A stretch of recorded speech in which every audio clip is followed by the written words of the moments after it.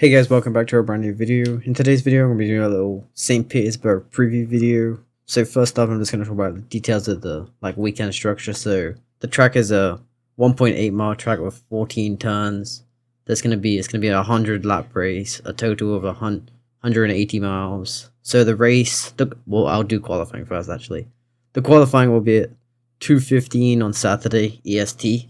You're going to have to convert that into your own time zone, whichever time zone you live in, and then the race will be at 12:30 EST. So yeah.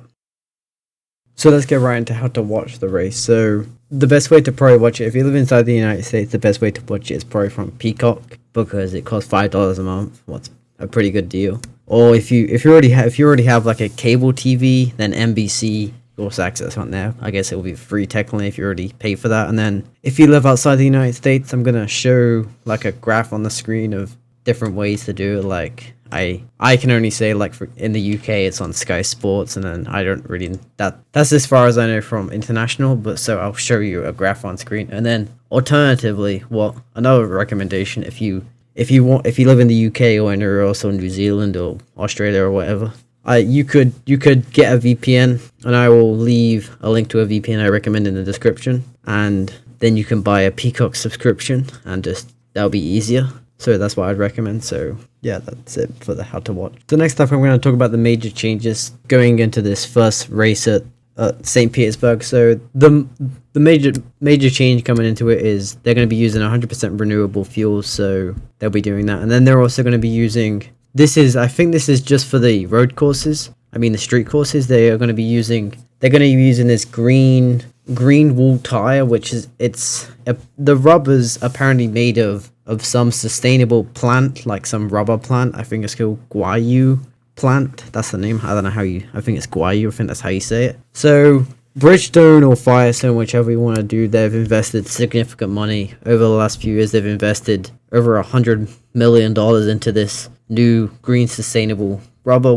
That's probably good for the sport. I mean, more sustainable. I don't know if it really helps the sport, but I mean, I guess that's cool. It's good to see changes coming into the sport, and hopefully that can, drive more innovation. And IndyCar also plans to go fully sustainable rubber by 2030. So if all being well, that kind of stays on track, then IndyCar will have 100% sustainable rubber and also 100% sustainable fuel. That's cool for the sport.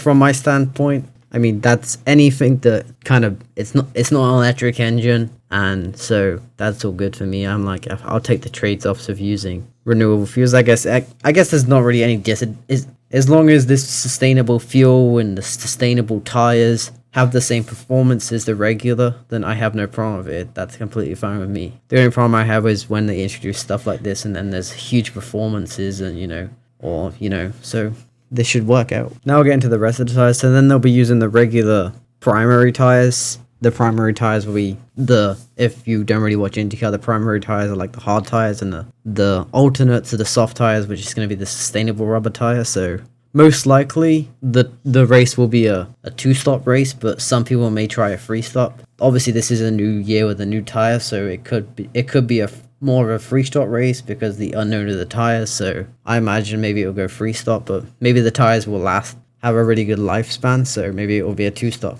We never know. Maybe the tires are just ultra good and it's a 1-stop, but we'll have to see how it goes. I'll keep you updated on that, guys. So let's get right into the hot spots of the track. So if you're new to IndyCar and you don't really know the hot spots of this track, so this is St. Petersburg is a temporary street course in St. Petersburg, Florida. So the front stretch is actually a super wide runway, so that's a pretty good opportunity to use some slipstream down the front stretch. And then turn 1 is of course is a good hotspot, like it is on most circuits. So then turn 2, 3, that's kind of narrow, so there's not really much opportunity there. But then you go down another straight down to turn 4, which is a heavy braking zone, so that's always a good opportunity. And then again for turn 5, 6, 7, 8, and 9, that's kind of narrow. And then you go all the way down another straight, and then turn 10 again is a really good opportunity to pass because it's a slow speed corner. And then the last good opportunity would be turn 12 and 13 and 14, which is a hairpin, a wide hairpin. So, and then it goes back onto the front stretch. So that's basically an overview of the best opportunities to overtake. So the past winners of this race. So last year Scott McLaughlin won it. The previous year Colton Herta won it.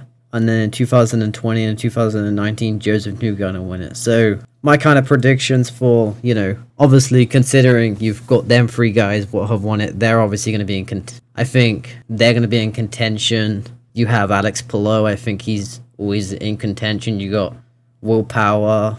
Kyle Kurtwood has just switched to his new team, so he could do pretty well. I don't know if he's going to necessarily win it. He's going to be up there, though, because he's in that new car. Maybe Romain Grosjean, too. So that's kind of my predictions and who I think is going to do best there.